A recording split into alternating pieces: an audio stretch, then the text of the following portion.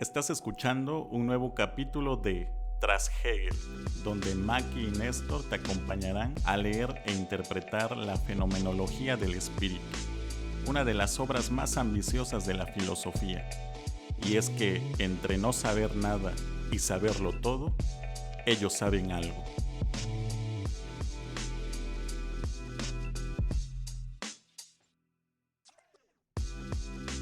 Hola, bienvenidos a un nuevo capítulo de Tras Hegel, el primer podcast de filosofía en español donde leemos la fenomenología del espíritu de principio a fin. Yo soy Maki. Y yo soy Néstor. ¿Y qué vimos en el capítulo anterior? Analizamos más a detalle junto con Hegel la noción de lo orgánico y analizábamos también estos sistemas que lo constituyen y las leyes que pudieran derivar de él. En este capítulo vamos a terminar de leer el apartado Observación de la naturaleza y hablaremos un poco de las conclusiones a las que llega Hegel después de lo expuesto en el capítulo anterior.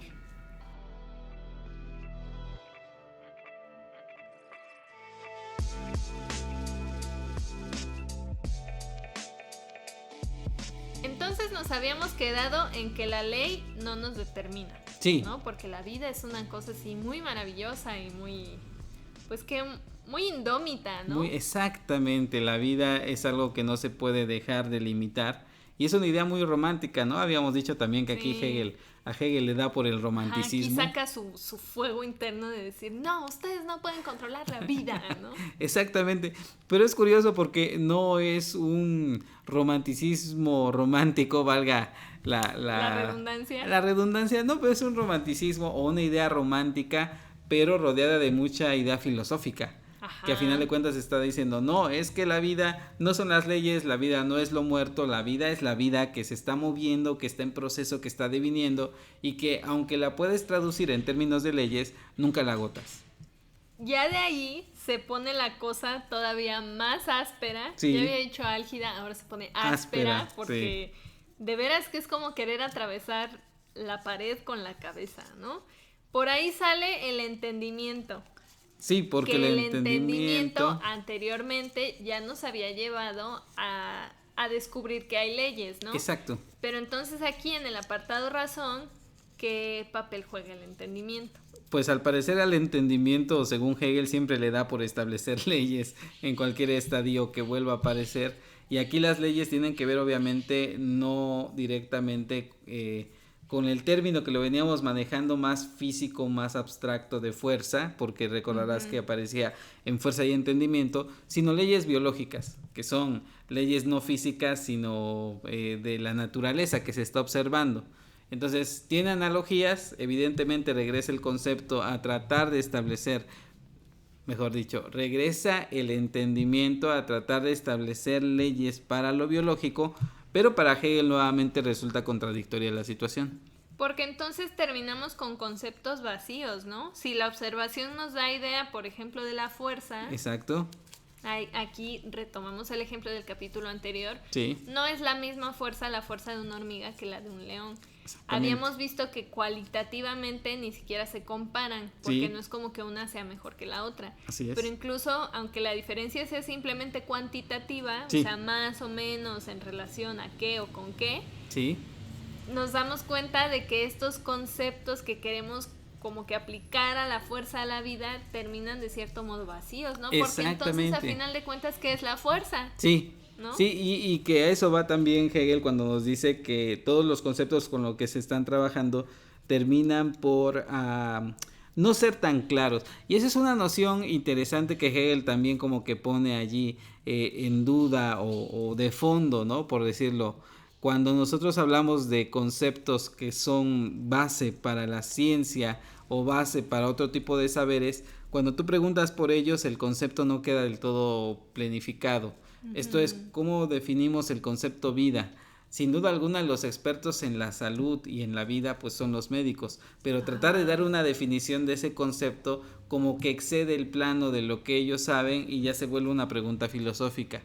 Por eso los conceptos incluso con los cuales trabaja la ciencia habría que llevarlos a una reflexión más profunda y esa reflexión profunda va a ser filosófica y va a ser de difícil elaboración porque al menos desde la perspectiva de Hegel el concepto siempre está mutando, el concepto siempre se mueve hacia algo más.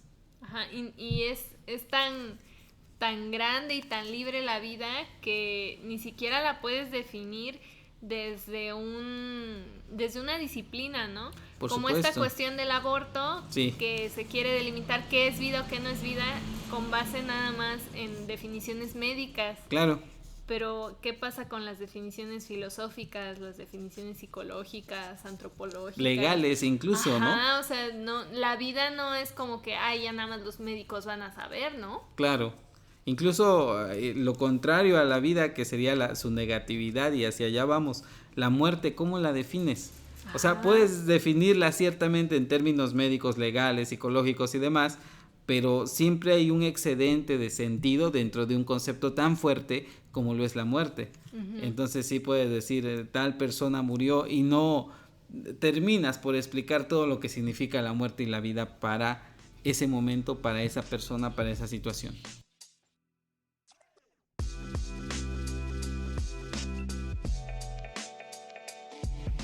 De ahí retoma Hegel una idea que ya habíamos mencionado en el capítulo anterior, que era esta cuestión de que lo externo se entiende como el entorno. Sí. O algo así. Algo así, porque en cierta manera también lo que habíamos visto y Hegel profundiza de una manera también bastante densa. Ay, sí. Ciertamente tiene que ver con que el sujeto o el individuo concreto queda determinado por dos elementos, por lo que lo constituye internamente y lo que constituye externamente.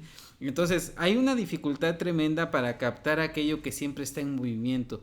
Entonces hay una fijeza, pero es una fijeza rauda que está siempre moviéndose. En pocas palabras, es parte de la contradicción de la vida, podríamos decirlo así, que lo que la caracteriza siempre, algo que no cambia, es que siempre está en movimiento, podríamos decirlo así, lo cual implica una contradicción que hay que estar conscientes de ella, y que fijarla es lo complicado.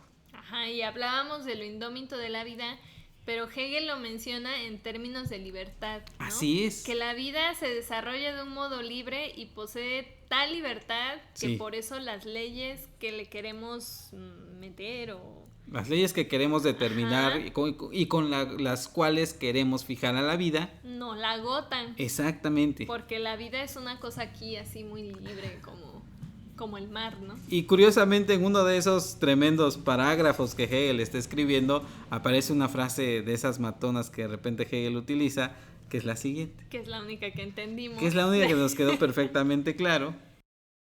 A este río de la vida le es indiferente cuál sea la naturaleza de los molinos que mueven sus aguas. Interesante. O sea que da igual qué leyes le queramos poner a la vida, que si la ley de la gravedad, si el aparato digestivo y que los 4 estómagos de la vaca, eso a la vida le vale. La vida es la vida. Ajá. La vida se manifiesta, la vida es este río, y vean ustedes la metáfora que se utiliza.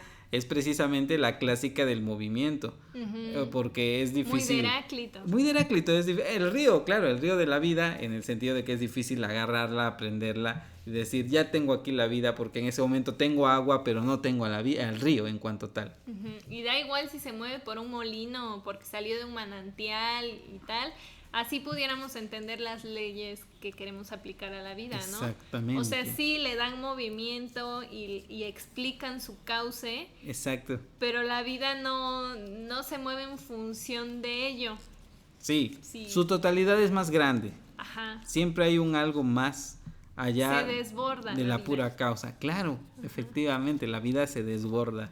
Qué bonita metáfora. Sí. Un por lo demás. Muy bonito. Sí. Pero de ahí, después de este pensamiento, ya viene, ahora sí, o sea, llevamos como 4 veces diciendo, ahora sí viene lo difícil, pero ahora sí viene lo difícil. Lo más difícil. Porque estamos leyendo y de pronto nos mete el número. Sí. Y aquí, sorprendentemente, quien más le entendió o sintió que le entendió. No fue más sorprendente, pero sí. Sí fue más sorprendente. ¿Fui yo? Sí. Sorprendentemente a mí se me prendió el foco y me parece que entendí un poco a qué se refería Hegel. Hubo un insight en la lectura donde Maki se le iluminó el rostro y lo explicó de esta manera.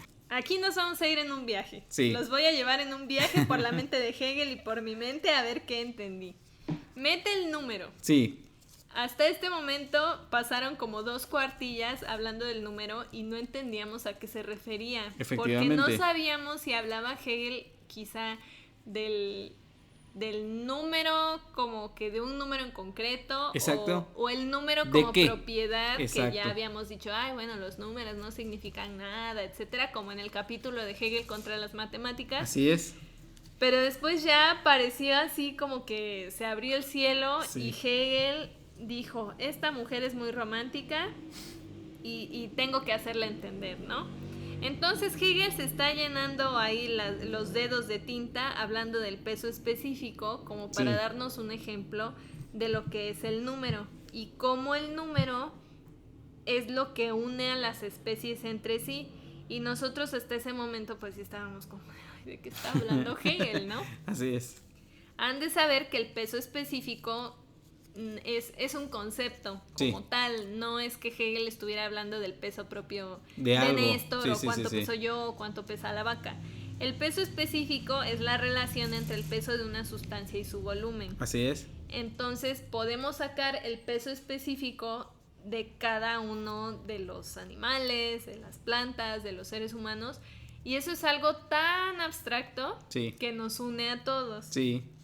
Entonces las propiedades en este sentido unen a las especies pero sin determinarlas. Así porque es. A lo mejor el perro 1 tiene cierto peso específico y el que tenga un peso específico nos indica que es un ser físico, digamos, y el perro 2 tiene otro, pero no significa que uno sea más perro que otro. Así ¿no? es. O sea, no determinan que los animales dentro de cierto rango de peso específico van a ser perros. Claro. Y más grandes van a ser borregos. Sí. Y más grandes vacas, ¿no? Sí.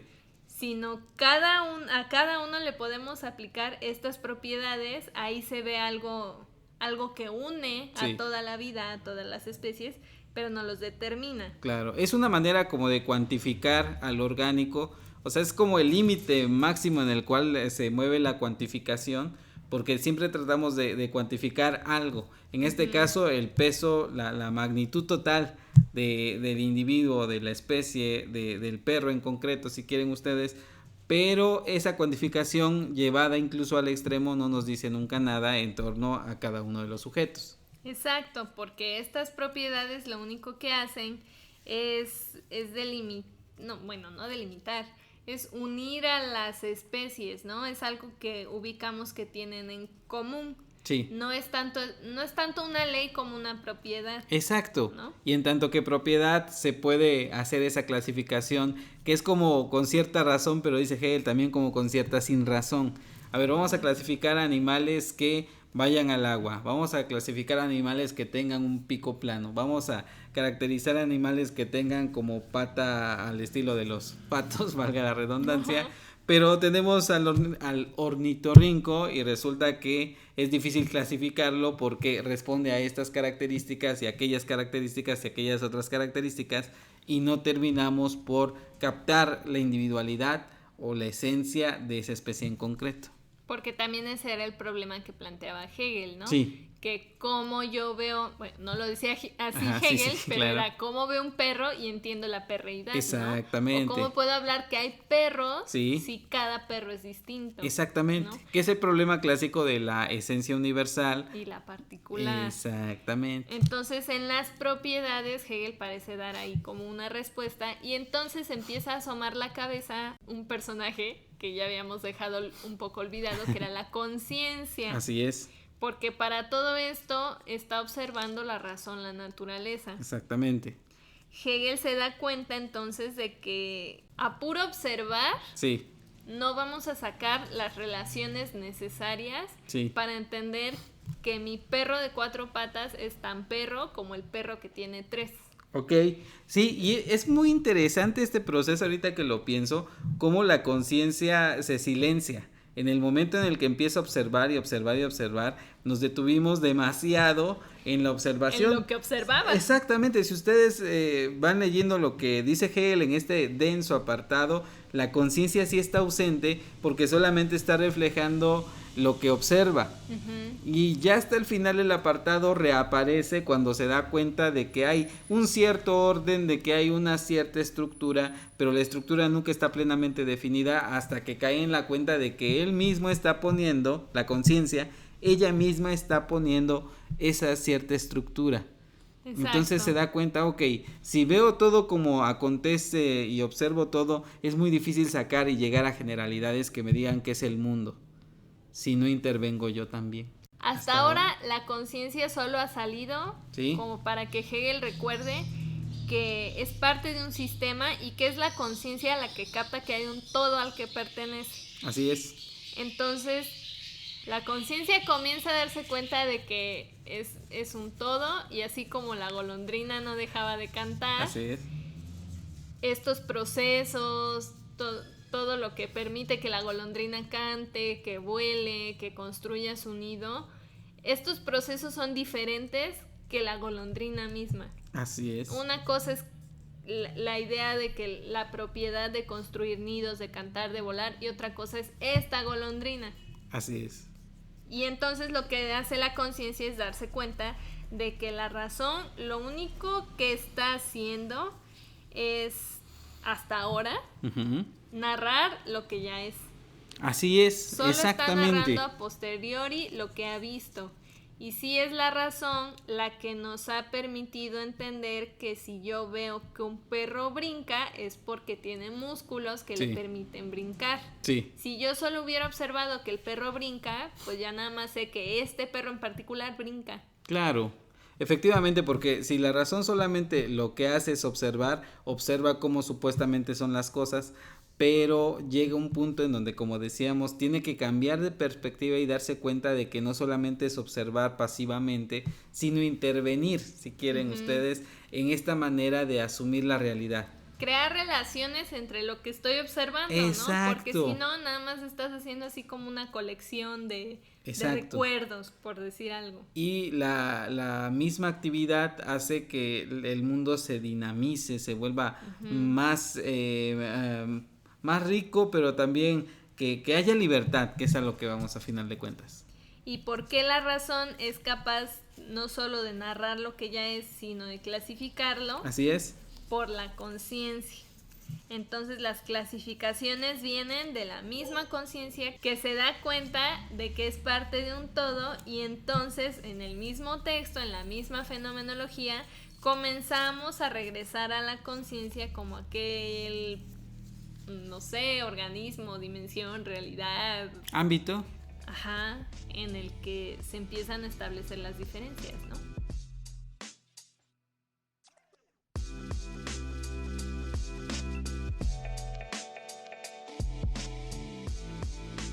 Vamos a dejarle hasta aquí. ¿Qué nos tiene que quedar claro de la observación de la naturaleza? Pues detrás de todas esas cuartillas nos debe de quedar claro que la conciencia se da cuenta de que tiene que regresar hacia sí, porque la mera observación le da elementos a posteriori, pero no determina al mundo, al menos en términos de libertad. Nos escuchamos en el siguiente capítulo para comenzar el apartado B minúscula, la observación de la autoconciencia en su pureza y en sus relaciones con la realidad externa, leyes lógicas y leyes psicológicas. Recuerden que pueden encontrarnos en nuestra web, que es trashegel.com. También estamos en iTunes, Stitcher, Spotify, YouTube, donde sea que escuchen podcast, ahí estamos. Encuéntrennos, coméntenos, suscríbanse y compártanos para poder llegar a más personas y entre todos entender el texto de Hegel. Yo soy Maki. Y yo soy Néstor. Hasta entonces. Nos vemos.